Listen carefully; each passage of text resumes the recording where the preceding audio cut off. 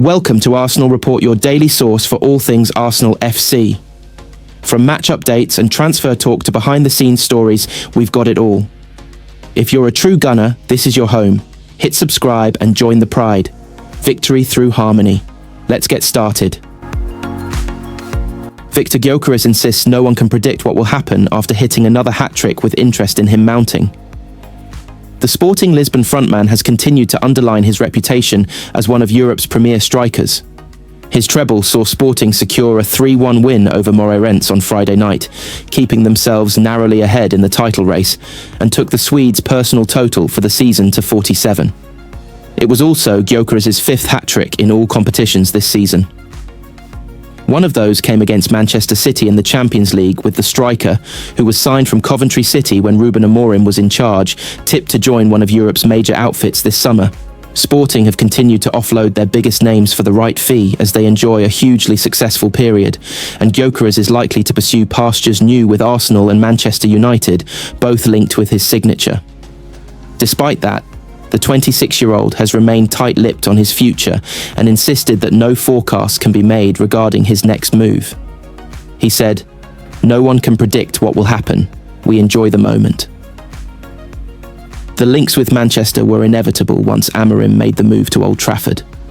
The Red Devils have continued to struggle in the final third, with none of their options relied upon to consistently score. But Gyökeres' price may prove beyond them. Arsenal, meanwhile, have continued to invest and will again have Champions League revenue. Their failure to sign a striker last summer has come back to bite them, and they're linked with a number of prolific frontmen, Gyökeres among them.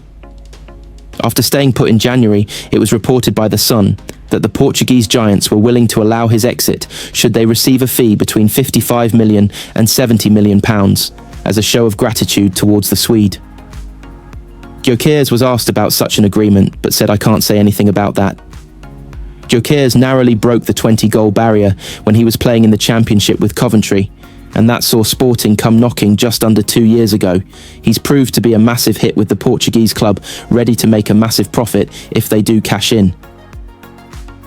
Arsenal boss Mikel Arteta has been warned that Thomas Partey will be a huge miss when they take on Paris Saint-Germain in the semi-finals of the Champions League. Partey will be suspended for the first leg at the Emirates later this month. The midfielder picked up his third yellow card in Europe this season as Arsenal knocked holders Real Madrid out of tournament at the Bernabeu on Wednesday, having beaten them 5-1 on aggregate in the quarter-finals.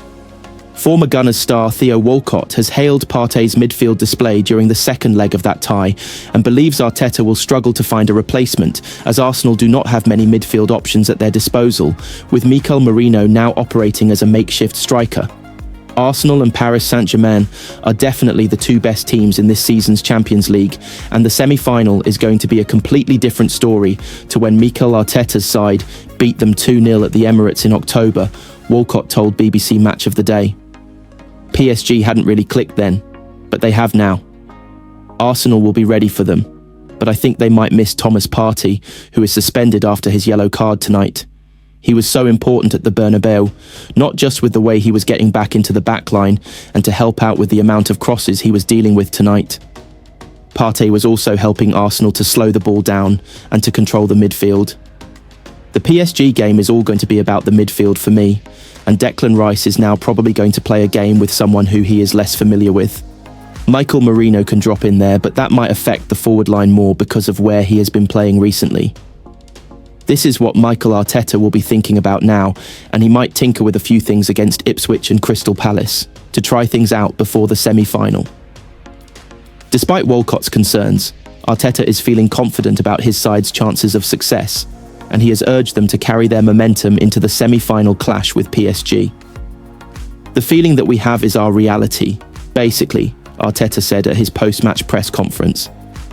"And in the feeling that I had before the game, when the players were transmitting and how prepared I could feel the team, that we are ready to compete against anybody. Now we have to continue to do that because I think we have some momentum now. It's certainly another massive step. Where we finished last year and the way we're doing it this year, the teams with their eyes on us and the competition, it's incredible. Big credit to Madrid. It was my first time as a coach in that dugout, and today I realised after 3 minutes in this stadium, anything is possible. They are specialists of creating such chaos and belief, and it's very difficult to understand really what's going on in the game and have certain certainty about how we controlled it. I think they showed a lot of maturity. It's been quite different before because it was impossible to be in any round because the club wasn't in the Champions League for 7 years. So, that shows you the turnaround and a lot of great decisions that the club has made and the contribution a lot of people have made to be where we are. It's a team that you can feel today how hungry, how determined and ambitious that is to go. We're going for more, for sure. When Real Madrid sold Martin Odegaard to Arsenal almost 4 years ago, they never envisioned he would return to haunt them quite so conclusively. Not only did the 26-year-old captain the Gunners to a frankly one-sided win at the Emirates, but he played a pivotal role in turning Carlo Ancelotti's men over in front of their own fans on Wednesday. The Champions League holders exited the competition's quarter-final stage with a whimper, while Odegaard now has a chance to make history at the Emirates. But that dreamlike storyline might have never come to pass were it not for the machinations of Mikel Arteta. Having been impressed with what he saw of the player on loan at one of his old clubs, Real Sociedad, Arteta ensured he was next in line to take the midfielder on a temporary basis. And therein began the sequence of events that would one day lead to Arsenal's chief orchestrator leaving the Bernabeu in awe, just not how the home fans might have liked. It didn't take long for the Norwegian to realise he was onto a good thing in North London. And after years of loans at Heerenveen, Vitesse and Real Sociedad, Odegaard reportedly angered Real when it emerged early on in his Arsenal loan that he was open to joining the Gunners on a permanent basis. It perhaps wasn't the fact their player had hinted at the move, but more so that he had done so soon after leaving that left his parent club seething. Odegaard eventually completed a permanent switch in the summer of 2021 for a fee worth up to £35 million, which was undoubtedly far less than Real may have once thought they'd get for a player once tipped as the next world beater. Barcelona Academy graduate Arteta was thoroughly impressed by his new signing soon after he first joined. And the Spanish tactician did his utmost to maximise Arsenal's chances of signing the playmaker on permanent terms as he poured praise on the player soon after his arrival. Well, he's got the potential to be one of the best. I followed him very closely when he was at Real Sociedad, and he was really impressive over there for long periods, said Arteta of Odegaard just weeks after he moved to the Emirates. He had a really successful season over there, and that's one of the reasons why I was so convinced that he's a player for us. He's a player that I really like, and, as you say, still has huge potential to become even better. All positive from my first conversations with him. He's a really focused and humble boy that was really keen to join. He's a really nice guy, the players like him, the staff like him. He's easygoing, a really hard worker, and I've been very impressed with his leadership. He looks a little bit calm, but on the pitch, he's got something about him. It's little wonder Odegaard was keen on extending their working relationship when his boss was so forthcoming with the compliments. And as well as consistent first-team football at a top club, that recognition is one of the main things the player will have sought at a time in his career when he was likely on the lookout for a place he could truly call home.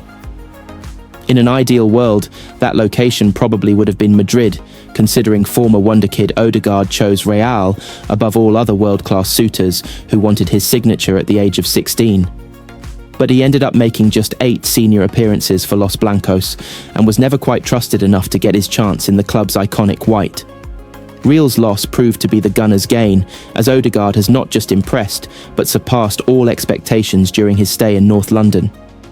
It took barely 1 year for the Norway captain to also be given the armband at club level, which preceded back-to-back Player of the Year awards in 2023 and 2024. The jury may still be out on whether Odegaard meets the world-beater criteria. Most Arsenal fans will tell you he does, but beating Real is no small consolation. And not just once, but twice, devastating Ancelotti's reigning champions home and away, with Odegaard both literally and figuratively at the centre of it all. What Los Blancos would give for a player of his specifications today, with Luka Modric ebbing towards retirement and Jude Bellingham showing signs he is human after all. Not that it will matter much to Arteta, who has succeeded in ensuring Odegaard fulfills his potential and landed a personal triumph over old rivals Real in the process. It is now just Paris Saint-Germain who stand between Arsenal and a place in the Champions League final. Arsenal's Bukayo Saka became embroiled in a row with injured Real Madrid star Dani Carvajal as tempers boiled over at half-time of the Champions League quarter-final tie at the Bernabeu. Saka, who missed a penalty in the first half when his Panenka effort was saved by Thibaut Courtois, was making his way down the tunnel when he was grabbed on the neck by Carvajal, who then approached the Gunners winger and raised his hand towards him. The pair then became involved in an angry exchange as they were quickly surrounded by others, with Saka clearly angered by the attention of Carvajal, who remained sidelined with an ACL injury sustained in October. Saka pushed Carvajal away, with Gunners substitute Ben White also quickly on the scene to back up his teammate. It is unclear what Carvajal had said to Saka after approaching him, but the six-time Champions League winner may well have been referencing the England winger's weak first-half penalty. Saka saw his Panenka effort easily saved by Courtois after referee Francois Letexier had judged that Real Madrid defender Raul Asensio had pulled down Mikel Merino in the box from a corner. Commentating on BBC Radio 5 Live, the former Arsenal defender Matthew Upson said, "I just can't believe the selection of penalty here from Bukayo Saka. I am so surprised. It's such a bad penalty. He's chipped it to the side Thibaut Courtois dives to." TNT sports pundit Ali McCoist said, "I can't believe it. The goalkeeper does unbelievable. It's not a great pen. He gives the goalkeeper an opportunity to lift a left hand, and the left hand is strong." However, Saka would go on to have the last laugh on Carvajal and Madrid in the second half when he opened the scoring in the 65th minute with a fine finish after being fouled by Merino. Vinicius Jr. quickly pulled one back for Real Madrid when he profited from an error from William Saliba and fired home. But Arsenal's impressive defensive display kept the hosts at bay and ensured that they never really threatened to overturn their 3-0 first-leg deficit, with Gabriel Martinelli's stoppage time strike ensuring the Gunners won 2-1 on the night.